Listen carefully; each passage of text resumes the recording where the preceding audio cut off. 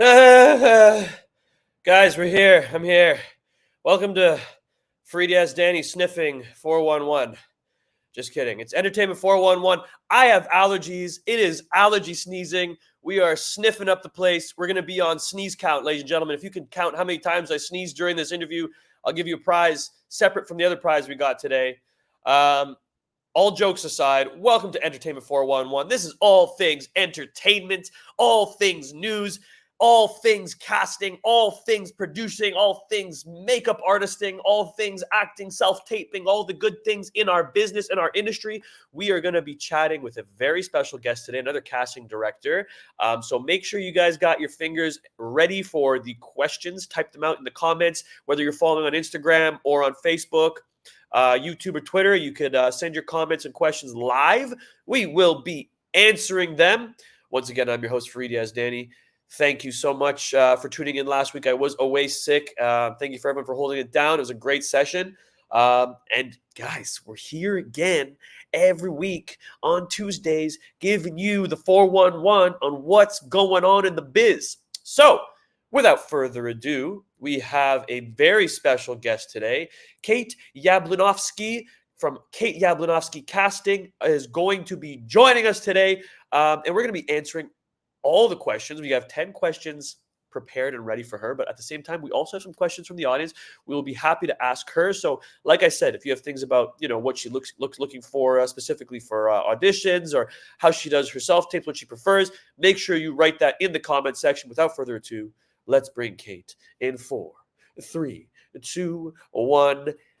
Hello, Kate. Hello. That was such an exciting introduction. I got all excited just from your energy. It's usually better, but congestion season. Oh my goodness, it's bad. Well, thank you for showing up. No, of course. Do you suffer from allergies as well? No, luckily not. It's the worst. I'm sorry. I don't feel your pain.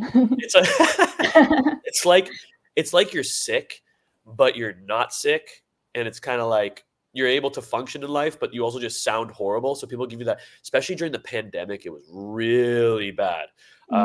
Everyone just glared at me like, why aren't you wearing a mask? And I'm like, it's allergies. I swear you're not going to get COVID. So I wear a mask anytime I sneeze now, just out of pure, default. But thank you for joining us, Kate. Can you say your last name? Because I think I'm saying it close, but I want to hear how you say your last name. No, you're saying it totally fine. It's Yablunovsky. Yablunovsky. What's the background? It's Eastern European? Yes, I'm from Ukraine. Oh, beautiful. Yeah, it has like a bit of a Polish background in it, but myself and my family are from Ukraine. Well, know how good I am as far as culture. It would have been Polish. It would have been Polish if there was an I at the end. Am I right? Exactly, that's true. And if you were a female, actually, it would be an A at the end. Yes, I mean, in Ukraine, if I was in Ukraine right now, it would be something like Kate Yablunovskaya. Yeah. Oh, okay. You guys do that in Ukraine as well. We did that in Ukraine as well. Yeah. What's the like? Is there just like a story behind it, or is this just to give gender to the last name? Yeah, it's a bit of it's kind of like I don't know what's the word. Not a possession, but it's kind of like belonging to Yablunovsky. So Yablunovskaya. You know what it's like? It's like the Finnish when they do Eriksson or Eriksdottir. So it's like exactly the son of Eric or the daughter of Eric, I think. Exactly. But there's no finishing for men. It's because they're kind of like Yablunovsky is already like Eriksson, and then Yablunovskaya is to femalize it. Oh, interesting. Entertainment 411. We also do culture lessons, ladies and gentlemen. So there's that. There's your Eastern European, Ukraine, Polish history for the day. But let's get right into the questions, why don't we? Because you were here on your time, and we appreciate you. Please, question number 1. Please just take it away for us. What was your journey? What was your journey to becoming a casting director? Very unexpected for me. I never, ever imagined that I would become a casting director, but I'm so happy I did, and I wouldn't change it nowadays. But I was a film student in university. And at that point, I knew no one in the industry. I knew nothing about casting because, at least back then, it was over 10 years ago. Back then, they weren't really teaching casting in film school. They teach you everything else, script, producing, whatever. Casting is kind of like, go find people for your film. That's about it. That has been the common theme with every casting director I've talked to. That there's no school of the casting director arts. It's just you jump into it from like either producing or acting, and it becomes like a transition piece, I guess. Pretty much. Although I do think that in film schools they can give a bit more attention to it, and explain to people what the casting process is. I mean, it's something that was never touched on at all. It's like, make your short, go find your actors. Yeah, they don't tell you about the process. There's no process. No, nothing about it. So I really knew nobody and nothing, no actors. I had no idea who the casting directors in town are. But I was in my second year, and at that point, what people would talk a lot about in school is how when you graduate, nobody's waiting for you out there, Yeah. So once you graduate, you have to find your way in the industry. And I was like, okay, let me start like volunteering in the industry, try to get connections. And I was doing anything possible, rolling cables on sets, Wow. and like the smallest things. And I was volunteering everywhere. And then one night, very late, like 9:30 p.m., I get a call from one of the people that I got to work with as part of my volunteering. And that person was saying, do you know who Bruno Rosato is? And I'm like, I have no clue. And he's like, do you know what? I gave a name of a project that at the time was like a very known big project shooting in town, was a series. And I was like, no. And I was like, well, never mind. They need a camera person tomorrow at like 8 a.m. You have to be there. Can you do that? And I was like, yeah, sure. And I showed up and I met Bruno. Bruno has been, I've been in casting for 13, going on 14 years now. And Bruno has been in casting for 15 years before that. And he was a pretty known and established casting director in town. So I got to spend the day in auditions just as a camera person. And I was like in awe. I was in awe with the process. I was in awe of seeing the actors come in, and I was in awe with Bruno, who was, giving direction and the way he was interacting with actors. And at the end of the day, I asked him if I could come back again. And he was like, sure. And I came back again to do camera or whatever for a few more times. And after that, I told him, can you give me an internship? And he was like, well, I don't know what we have right now, whatever. But after a little while, he called me and he was like, you still want to do that internship? And I was like, hell yeah. Nice. And shoot your shot, they say. You have to shoot your shot. But it was also about being in the right place at the right time. I think sometimes also, like, you have to take an inspired action, but the stars have to align as well. So at the time, there was another person that was leaving the casting, and it kind of opened space for me to get hired as an assistant.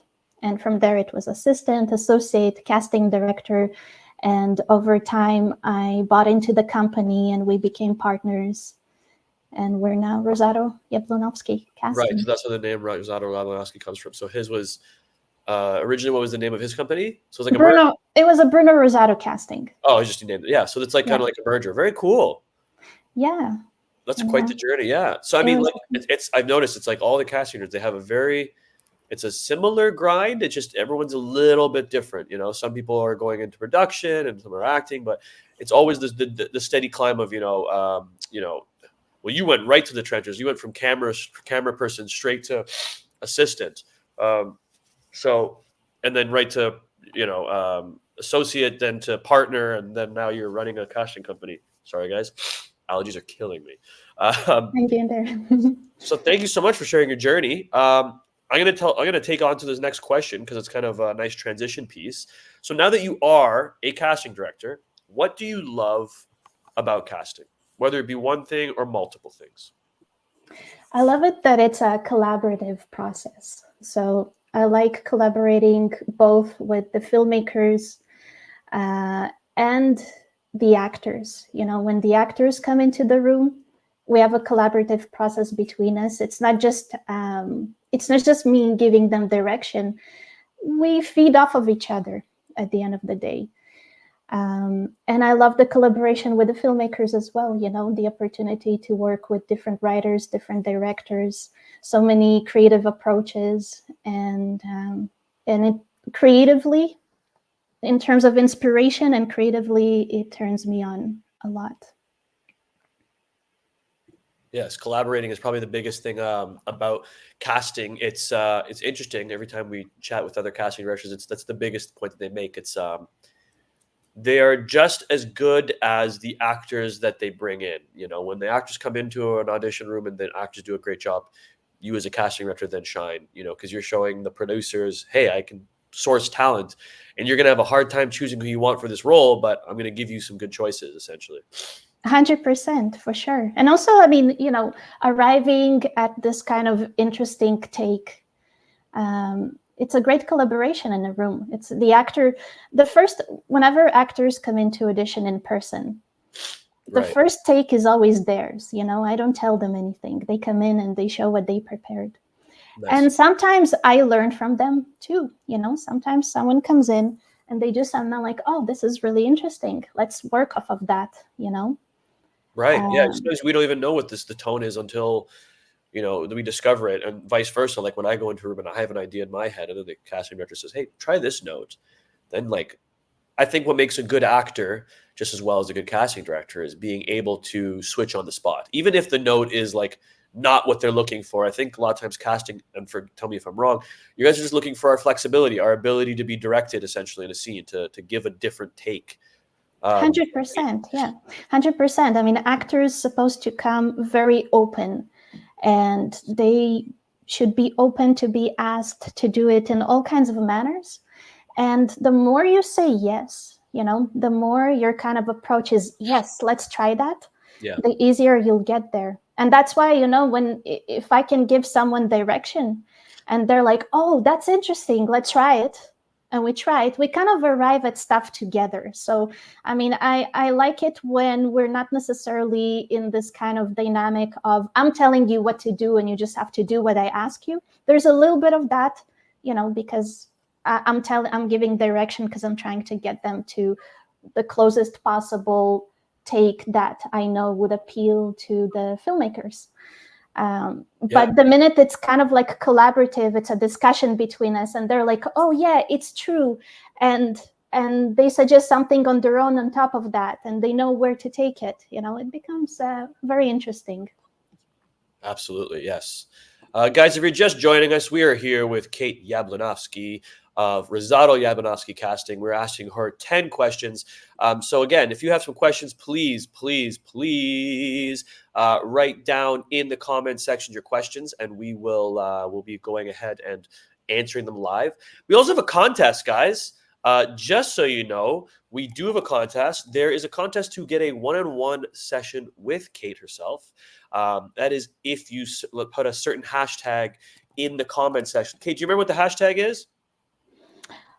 No, RYC. RYC Kate. It's right there on the ticker. Thank you, Evan, tech guy, because otherwise I would be sitting here drowning in my sneezes because I forgot what it was. But it is RYC Kate to win a one-on-one consultation with Kate. So this is a great opportunity, guys, to pick her brain, like what I'm doing right now. But I get to do it because I already won the contest. But you guys get to sit down with her one-on-one. She'll give you advice. And this is actually a great segue into our third question. So if you are an aspiring actor, please pay attention to this one. What advice would you give to aspiring actors? So someone who hasn't come into the room with you yet, or it's their first time. Their agent submits themselves for a role for you or Bruno. What are some tips and tricks you can give to the talent so that we could do our best when we show up? Well, aspiring actors, I assume means someone who's thinking of getting into acting, or they're already Yeah, I mean, half foot through the door. how about both? Let's answer both because both are great. Like, yeah, maybe someone who's looking to get in and isn't getting auditions. And then I guess also juxtaposed to that, someone who is maybe non-union and is auditioning for you guys for the first time, and other casting directors, they're just really breaking in. What would you let's Well, go. let's say for a starting actor, and the answer would be the same for all of these possibilities, is that I would say don't treat acting like it's just something you walk into and do. I've spoken to a young actress. Well, actually, a young woman who was thinking of getting into acting. And that was the kind of conversation we had where she was saying, I don't know yet what I'm going to do. Either I'm going to go study, meaning something at a university. So either I'm going to go study for 3 years, or maybe I'll try acting. And I was like, well, even if you try acting, you have to go to study, So the same way you invest in yourself to train yourself to whatever profession you want to do, like you want to be a doctor and you invest in yourself and the 7 years in university or studies or whatever to become a doctor, and stages and whatever it is. It should be the same approach to acting, in a sense that you have to train yourself, you have to get your tools, you have to treat it like a profession if you really want to succeed and get out there and work. And you have to be acting all the time. And by acting all the time, I mean that training, I mean doing short films, it's kind of like a sport too. It's kind of like a muscle that you have to keep training. And you need the tools, the knowledge, and the level to be able to compete in a pretty big talent pool. So Thank you for that, because that is my biggest pet peeve. So many times I get other people who are like, yeah, I was going to be an actor. Yeah, it's easy. Maybe I'll just do it tomorrow. I'm like, yeah, cool. Good job. Great. What do you do? Oh, drywall? Yeah. You know what? I'm going to do that tomorrow too. It's just like, it's because sometimes I guess it looks easy to most. A lot of people just disrespect the craft. I don't call it art. My personal thing is, art is subjective. It becomes art once you do it. If someone calls it art, great. But at the end of the day, it's a craft. The same way as a director is a craft. It's a job. It's a tool.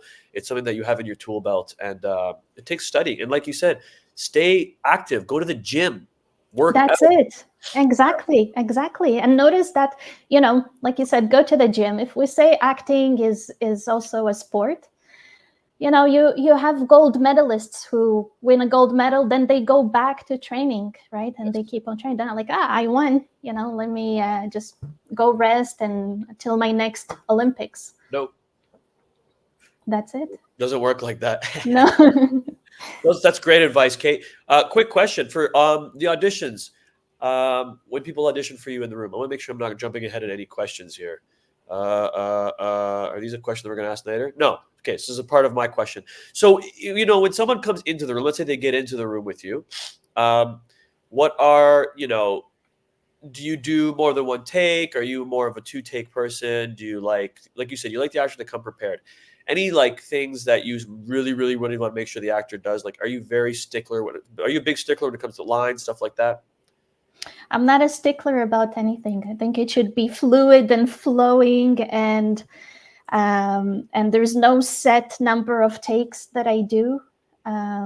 Sometimes an actor can come in and really, really rock the scene, so much so that I'll be like, you know what, this is so spot on that, unless you want to try it again, I would leave it at that. And sometimes actors come in and they do something great, but we want to try other things. So we work on that. And sometimes we can do a bit more takes if we feel like, okay, we're almost there. There's just these little things to tweak. And I'm not a stickler to lines. I think actors should not be line readers. I think there should always be a little bit of room for ad lib or whatever. Just stay respectful, don't change the script, don't rewrite. Right. But I mean, if there's a word that comes out that's easier to say but means the same thing, or if there's like a little expression you want to add at the end that kind of puts you in the moment, go for it. I think it's all about conveying the essence of the character, the role, and not so much about just being a line reader. And I don't think the filmmakers are looking for that either. You heard it here first. Kate, not a stickler, Yablunovsky. If you guys are just joining us, I have allergies. I'm not crying. Everything she's saying is moving, but I'm not crying. I'm just very sneezy. There is a contest. Comment RYC Kate to win a one-on-one consultation. We have some entries here. We got Stephen, Bonnie, Jonathan, Craig, Andrea, Kyle. You guys are all entered. Congrats, congrats, congrats. We're going to take a quick break from our sponsors, My Tribe Media, and of course, Actors Audition Club. And then we'll be right back with 3 more questions with Kate Yablunovsky of Rosato Yablunovsky Casting. We'll be right back, guys. Stay tuned.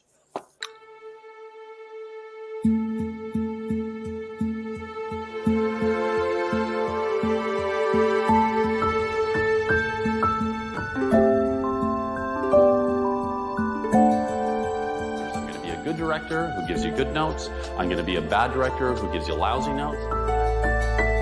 My Tribe Studio. A versatile space for your projects. A space to find your tribe. Actors, do these audition struggles sound familiar? You waste time shooting with amateur family and friends and often think, I wish I could just... Actors, do these audition struggles sound familiar? You waste time shooting with amateur family and friends and often think, I wish I could just work with professionals. You've declined an audition or missed a casting deadline and think, I wish they would just give us more time. You waffle on how to play a scene, you deliberate over which take to submit, and you think, I wish I just knew what they want. Your reader bailed on you last minute and you think, oh no, not again. Don't they know this is a huge opportunity for me? You wasted hours on the tech trouble of editing and uploading files and you think, I just want to act and let them handle all the tech stuff. You've reshot an audition due to bad sound, bad lighting, or an amateur reader. You've missed big auditions while on vacation or on set and you think, oh, this always happens to me. You aren't working as much as you want, you aren't submitting your best auditions, and you wonder, will this acting thing ever work out? Introducing Actors Audition Club. We help professional film and theater actors shoot standout auditions in less time, so you can hit tight deadlines, nail the callback, and book the role. Get access to free training, monthly workshops, weekly classes, book private self-tape audition coaching sessions 7 days a week from anywhere in the world. Visit actorsauditionclub.com to get started today. And action. Big shout out to our sponsors, My Tribe and Actors Audition Club. My Tribe is a Vancouver-based recording studio and classroom space offering some of the most affordable acting classes in the city.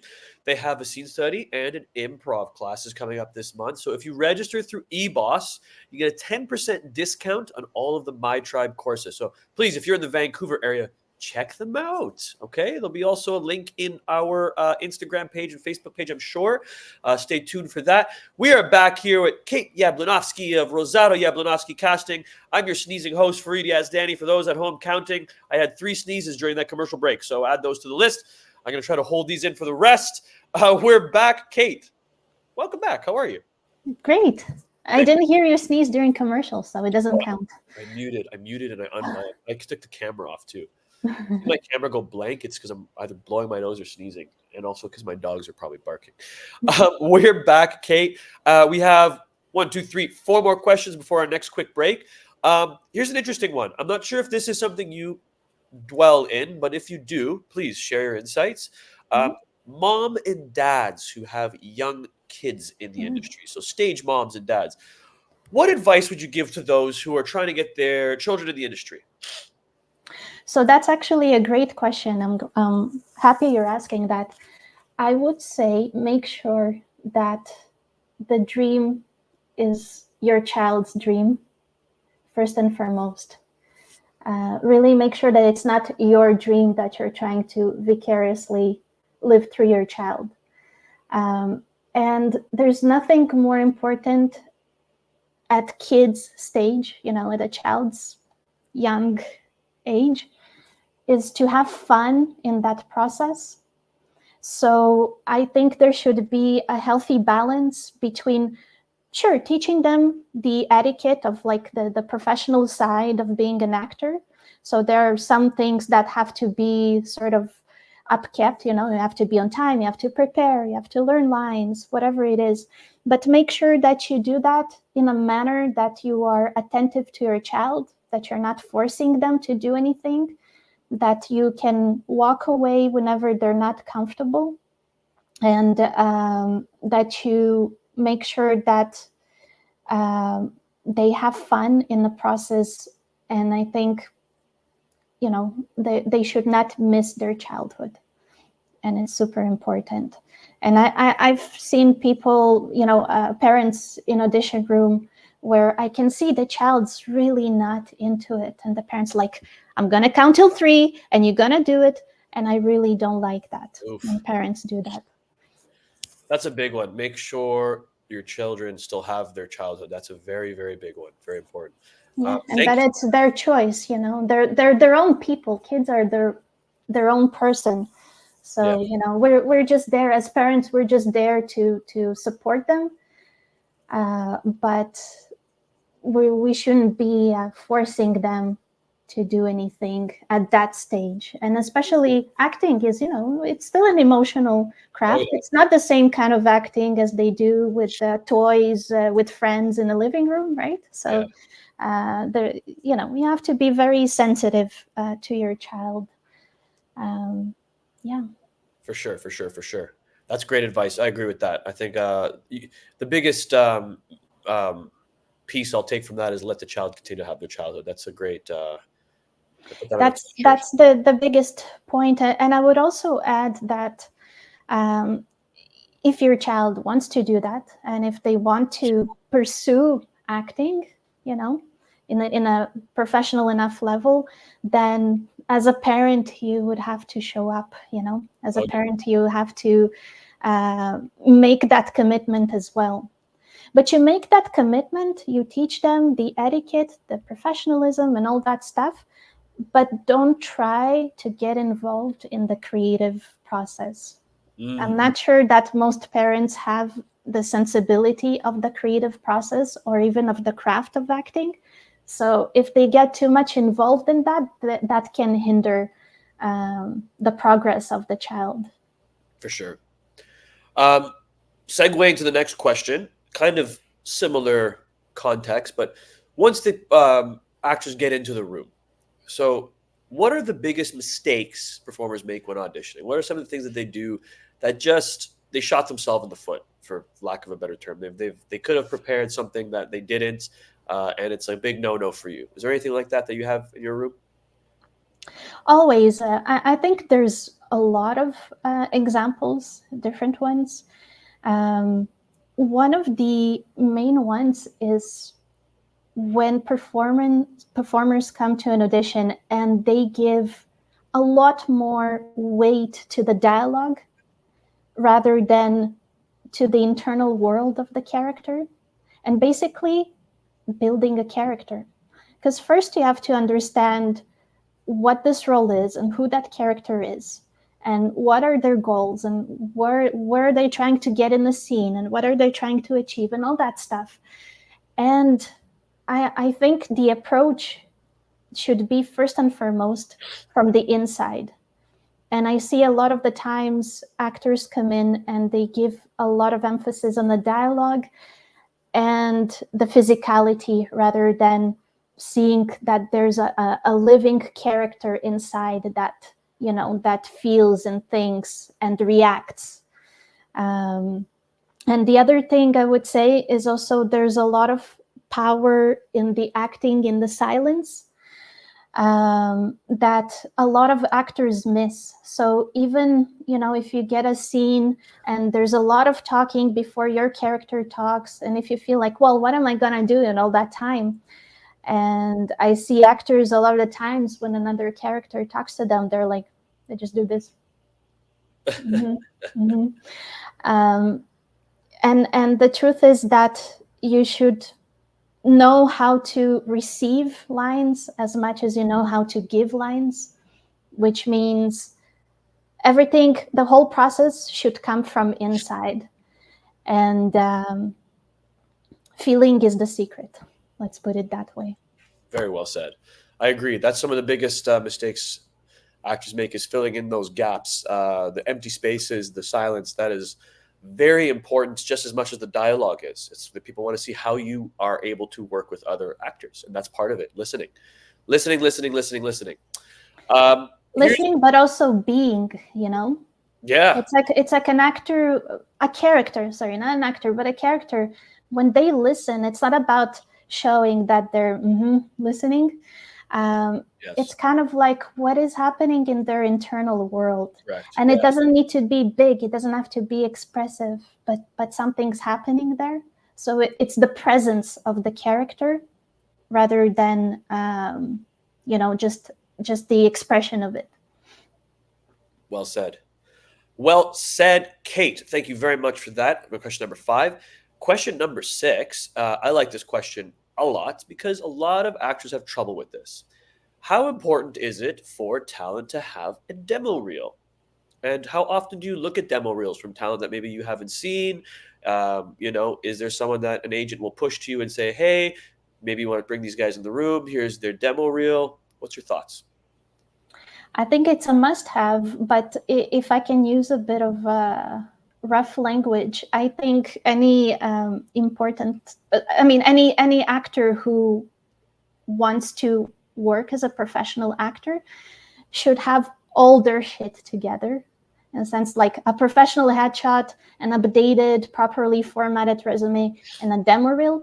All these 3 together is super important. And, a headshot is sometimes misleading. A demo reel is what shows what you can do, what really your type is, and your true vibe. And the reason it's important is because the more accurate I am at picking a role for you, inviting you to audition for a role that really suits you, suits your type, suits the character description, you really fit the bill, the more chances you have to book it, right? Because you can be an amazing actor, but if I bring you for something that's not right for you, it's going to be a waste of everyone's time.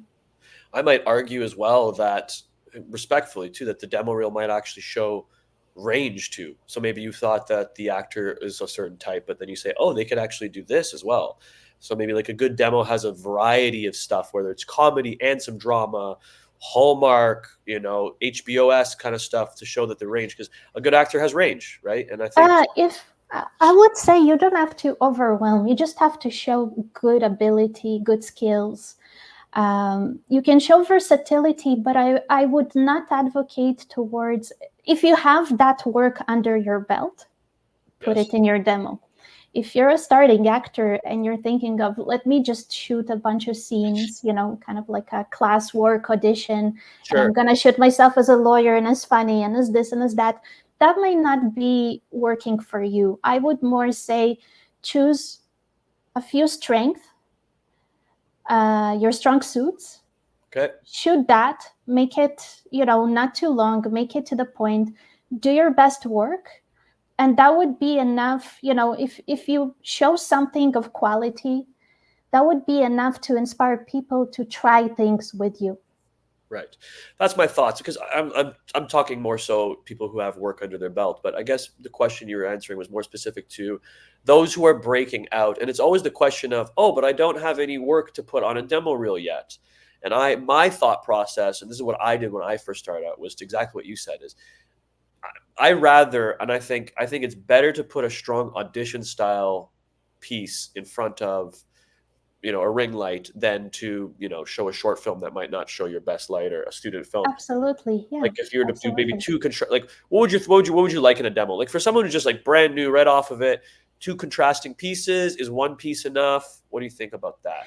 I mean, you could put 2 pieces just to show a bit of versatility. Sure. You don't need to do anything too long. You don't have to do anything extraordinary. Really something simple, interesting, and that shows your ability. Mm-hmm. And for those who have stuff under their belt, who are just getting, scenes from projects they've booked, You can show that, but make sure you show your best work. Right. Like don't put, if you had like a little non-speaking moment, a fleeting moment. I see that in demo reels, and But it's it's like, Will Smith. That's why he's in the shoot. He's in I the know you're standing next to Will Smith doing like, No, I mean, put your, but also make it not too long. Put your best work. I always ask this question. I know it's a hard one. What's your time limit? How long do you hate? How short? No, I'm not a stickler. I don't have time limit. Kate, not a stickler. Yablunovsky. I'm gonna send you my 2-hour demo reel later on, Kate.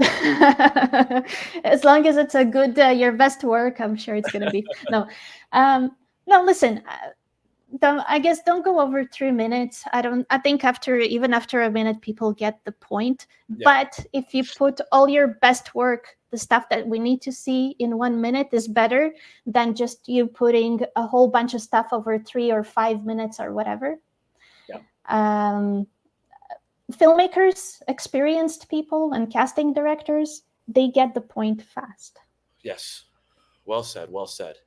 All right, guys, one more question before we go to the break. If you guys are just joining us, I have allergies. I am not tired. My eyes are half closed because I've been sneezing.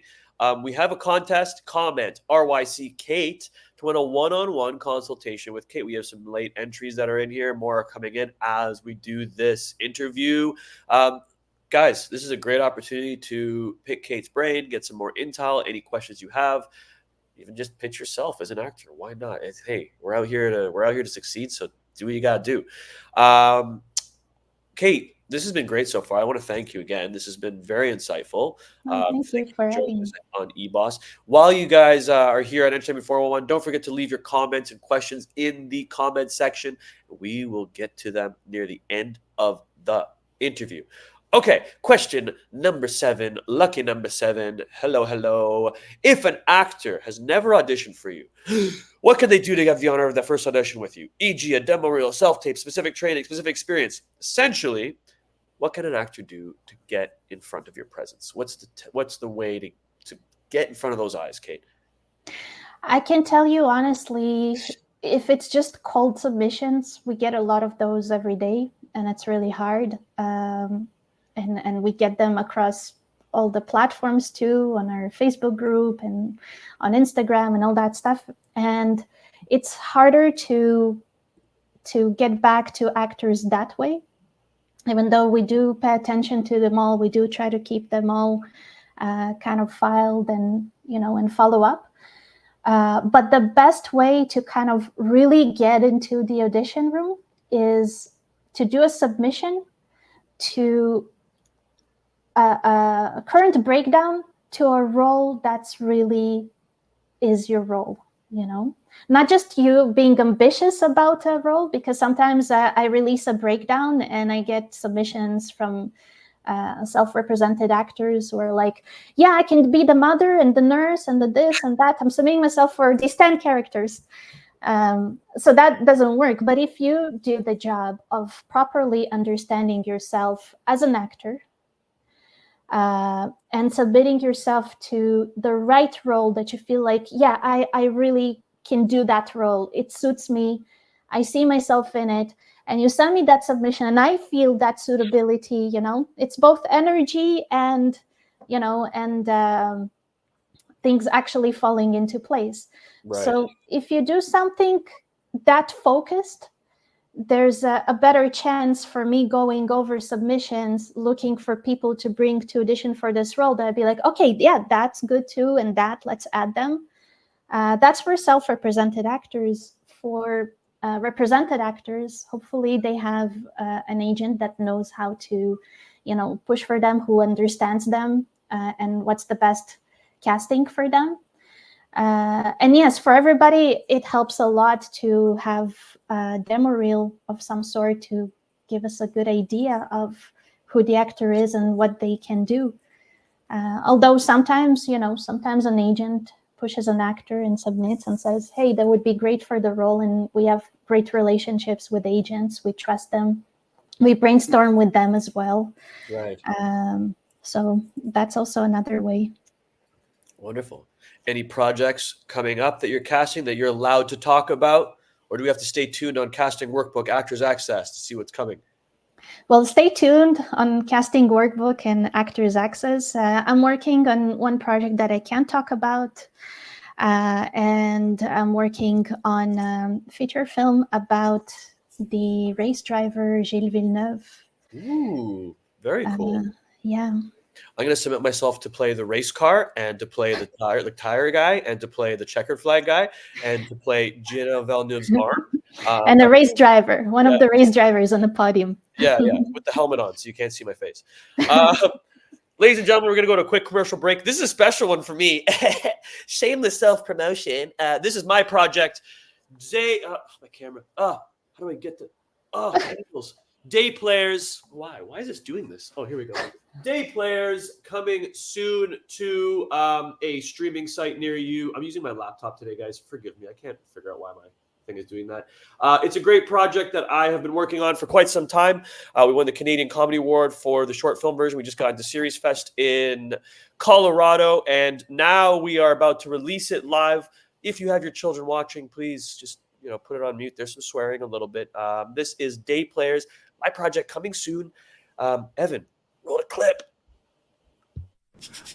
You are a born protagonist. Look at you. You're a failed professional. Okay, I wouldn't say failed. You're a finding bastion of hope in a rundown old school. I mean, it's not that It bad. just happens to be shared by the only woman who ever broke your heart. What did you do? Shh. Just watch. I've got a lot of auditions lined up. Like, so many auditions. I can imagine. I can relate. I'm having so many bookings. Like, it's like a library, just books everywhere. That's right. You're looking at the host of Canada's Next Great Handyman. I nailed my audition, bro. They said they'd call me. Guys, I'm gonna be the host of Canada's Next Great Handyman. You are looking at the host of Right over Okay, I'm feeling a little bit of hostility from you right now. Oh, please mansplain it to me so I can understand it better. Clearly you don't know what mansplaining is. Let me break it down for you. He's dead. Which is the purest and greatest form of theater? Improvisation.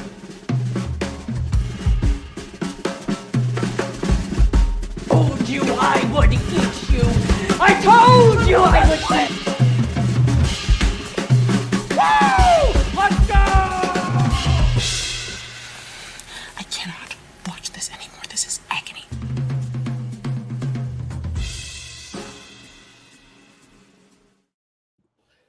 That is Day Players, ladies and gentlemen, coming soon. Guys, if you are waiting for the role to come to you, stop waiting. I actually created, produced, and of course starred in that project. I have a great writer team and directors, and it was a journey and it was expensive, but it was worth it. I really hope you guys stay tuned, and when it comes out, you guys support and view it. But just to give some inspiration, go out and create your own work. Because work is not going to find you while you're at home on your couch. You have to. I love it. Thank you, Kate. No, I love it, and I think that project you just created, I think it's necessary, because it has this kind of magic of all these projects, like Living in Oblivion. The struggle, the feelings, the inner world that only you actors know. Yeah, that's kind of what it is. Yes, it's 6 actors taking the world's worst acting class is kind of the law. Yeah, that's it, and bringing humor to it. But we all understand where you're going, what you're going through, but laughing at it, and it's great. I appreciate that. Thank you so much. I'll be sure to send you a link when it comes out. We're going back with Kate Yablunovsky. We're here from Rosato Yablunovsky Casting. For those who know, Rosato is a casting director as well, and her partner, who's been doing it for a very long time. And we're joined by his partner, Kate. We have a contest, guys. RYC Kate, hashtag RYC Kate, for a chance to win a one-on-one session. Essentially what I'm doing here, but in person, I'm assuming, and if she's available. And you can pick her brain, ask some questions, get the insight. Maybe you're looking to get into casting. She'd be a great person to talk to. So, Kate, thank you again for providing this contest for our viewers. It's absolutely brilliant and beautiful and gives insight. Because, actors, we have the most fragile ego. And one of the things you mentioned that was really funny when you spoke about, if we do one take, maybe you nailed it on the head, or if we do two, it's just we want to see what you can do. But I've heard so many actors come out and be like, oh, I only did one take. They hated me. I only did it once and I left. Oh my God, I did the take like 5 times. Oh, I couldn't get it the first time. No matter what, the audition was bad for them. That's always what it is. But they never see the I can understand. I can understand. I think artists tend to question themselves a lot. And I question myself sometimes too, and there's no way around it. Yeah, if you're not questioning yourself, you're narcissistic a little, maybe. Yeah, but I would say don't dwell into that. Don't try to get into anyone's mind. Just trust yourself, and never operate from the frequency of fear in any way. Well said, Kate. Yes, thank you. Absolutely. Here's a good question. We're going back to the questions. We have 3 more, Kate. Then we're going to go to questions from the audience. So, guys, if you have a question, please leave it in the comment section. Kate, question the 8th. In your opinion, how important is it for an actor to be on a roster of a top agency? So a bigger agency, bigger names. Is it important? Do you find that they'll get in the room easier? Stuff like that. Not important at all. Not important at all. And I think the most, what matters most is really just to have an agent. Doesn't matter if they're big or small. An agent who gets you. And an agent who actually gives you the attention that you deserve as an actor. And actor-agent relationship, bless you. Actor-agent relationship is kind of like any relationship. It's kind of like a marriage, okay? There has to be chemistry. It has to be a good fit in order for the relationship to work. And sometimes it's not the actor's fault, and sometimes it's not the agent's fault. The agent can be a great agent. The actor can be a great actor.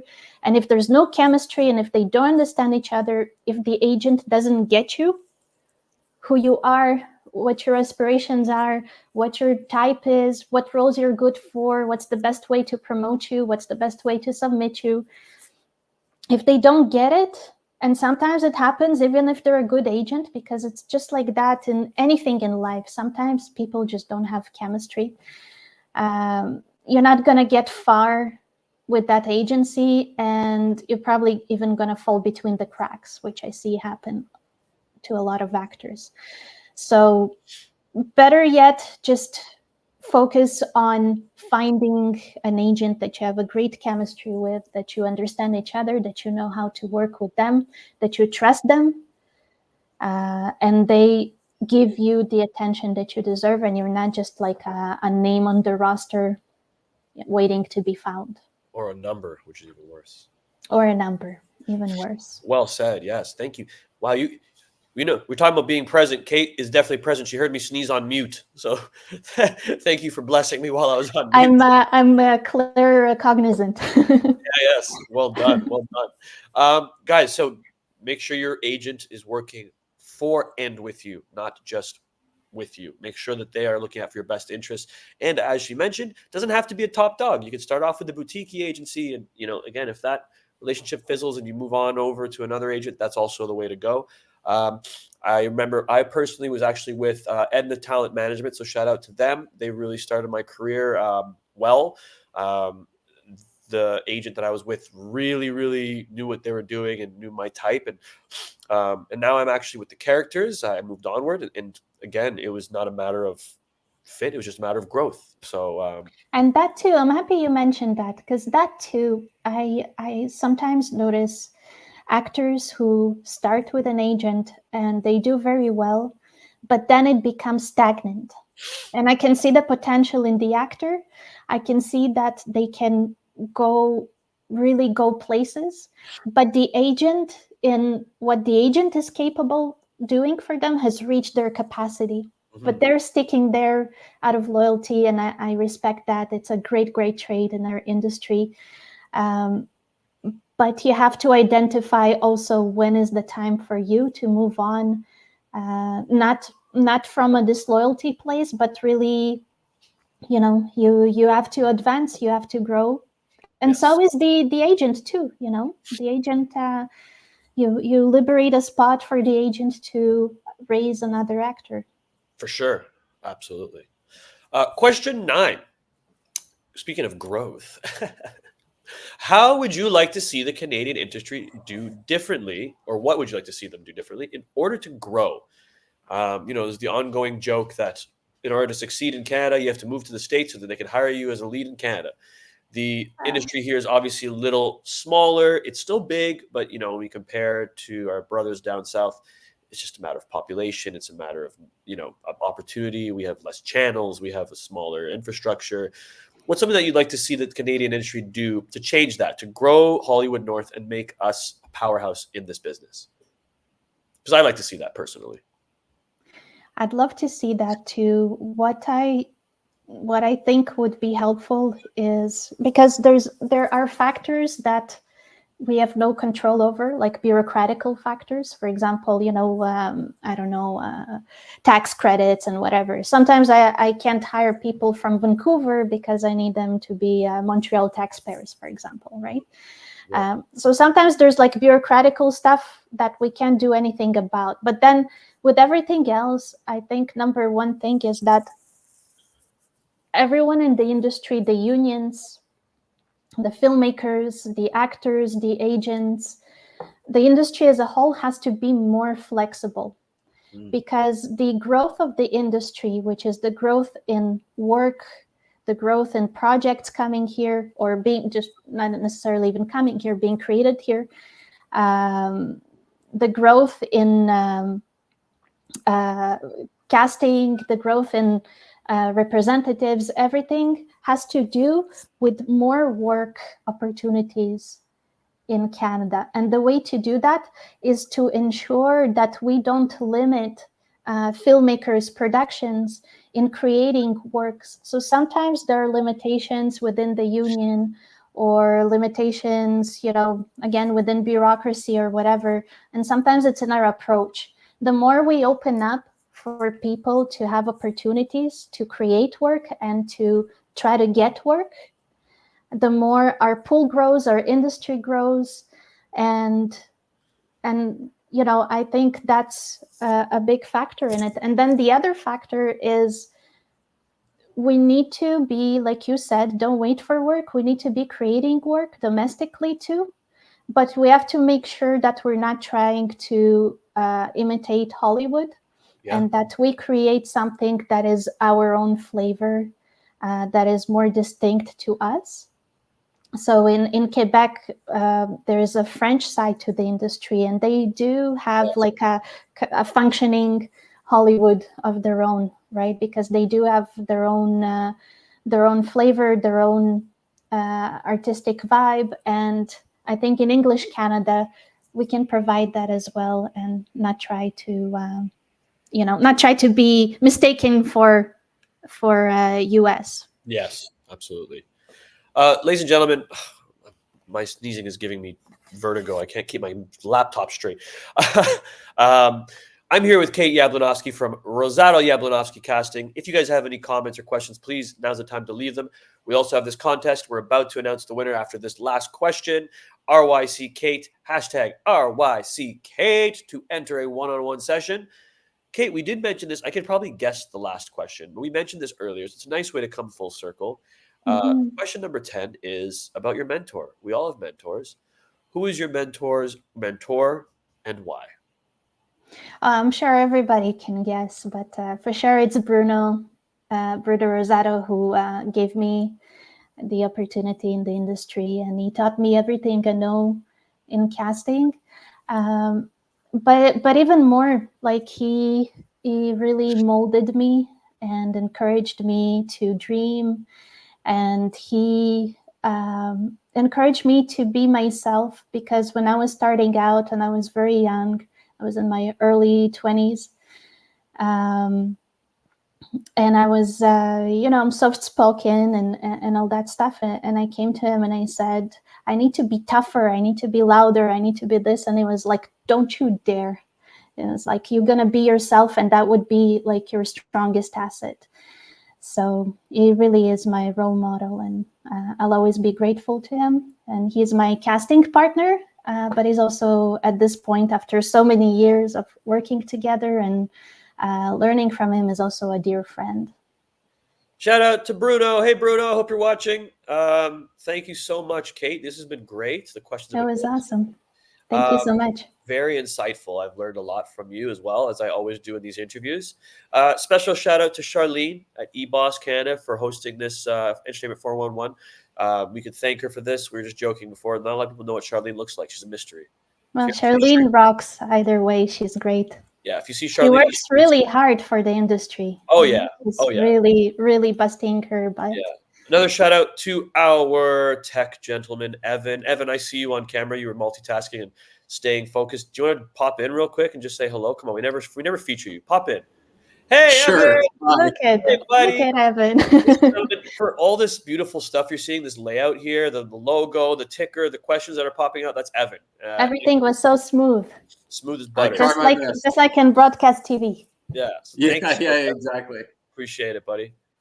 All right, guys. So here we have the contest. It has ended. I'm going to give you 5 seconds to enter. Last minute. RYCK. 5, 4, 3, 2, 1. All right. So you guys have all locked in. We have all entered. We're going to do a quick little roll thing. I'm thinking, right, Evan? Nod if that's right. Is that right? Here it is. Yeah. Just going to do a quick little roll here, and we're going to just find out who the winner is. Here we go. Drum roll.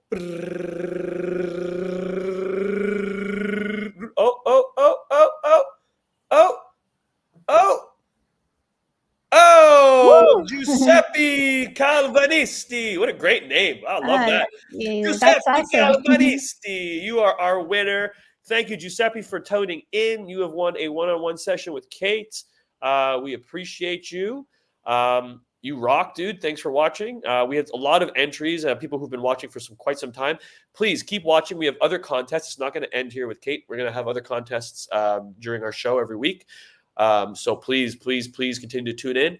Guys, if you have friends who have been watching or have not been watching, you could also share this interview afterwards on your social media. This will be available live the next day as well. Sorry, not live, because we're not doing the exact same thing again. It's going to be pre-recorded. It'll show up as live, but it'll be the same interview. We do have one question from the audience. So Craig Weiss, thank you so much for tuning in. We have one question for you, Kate. Hi, Kate. What are your thoughts on actors adding the moment before and moment after in self-tapes? Is it logical to the scene in the overall audition? Great picture, Craig. Kate, you there? Yeah. Oh, sorry. So, no, I was just rereading. Oh, no problem. Yeah. I have a little bit of ADD. So, no, it's totally fine. And it's great to add a bit of moment before if it puts you in a moment, right? There's absolutely nothing wrong with that. Depends of how far you go, right? I mean, you don't want to like add a whole minute of stuff before, but if it's just like a little beat of something that prepares you to walk into it, or that makes more sense to begin that way, we welcome that. We welcome that. The more you make the scene, the self-tape fluid, something that makes sense and puts you in the atmosphere and puts the viewers, the filmmakers, the people who view it in the atmosphere, then absolutely go for it. And the moment after as well, something that gives you kind of like a closure to your scene, not something that you just, said your last line and then you're like, okay, whatever, but a little closure to the scene, totally. So go for it. Lovely. Thank you, Craig. Great headshot, by the way. Craig is awesome. That was a great I know headshot. Craig. I also know Giuseppe is really great too. Oh, They're really like top-notch actors. There you go. So thanks for tuning in, guys. Ladies and gentlemen, that has been Entertainment 411. Just a reminder, you guys are more than welcome to send us DMs, emails. It's all on our Instagram page at eBossCanada. You can send us DMs for any questions, or if you have people you'd like to recommend to come on the show, please drop us a line. We'll be happy to help out. What happened there? Happy to help out. That was weird. That was me ready trying to sneeze there. Ladies and gentlemen, this has been Kate Yablunovsky of Rosato Yablunovsky Casting. Thank you so much for joining us. Thank you so much for this inspiring talk, and thank you for everybody who listened to my 2 cents. They're great. Those are like 45 Canadian cents. Wait, no. Now that's a lot. It's almost $1 with the inflation. I know, with inflation, it really is worth a lot. Exactly. So thank you. I would get paid, if I got paid $1 a word. I'd love that. That'd be great. I wouldn't stop being rich. I don't shut up. Ladies and gentlemen, this is Entertainment 411. Big shout out to Kate. Big shout out to Entertainment 411. Thank you for tuning in, ladies and gentlemen. This has been Faridiaz Danny signing off. Hopefully my sinuses are clear for the next one. We will be joined with a very special guest. I'm not going to say who it is. You're going to have to just tune in to find out. Good night, everybody. Bye-bye.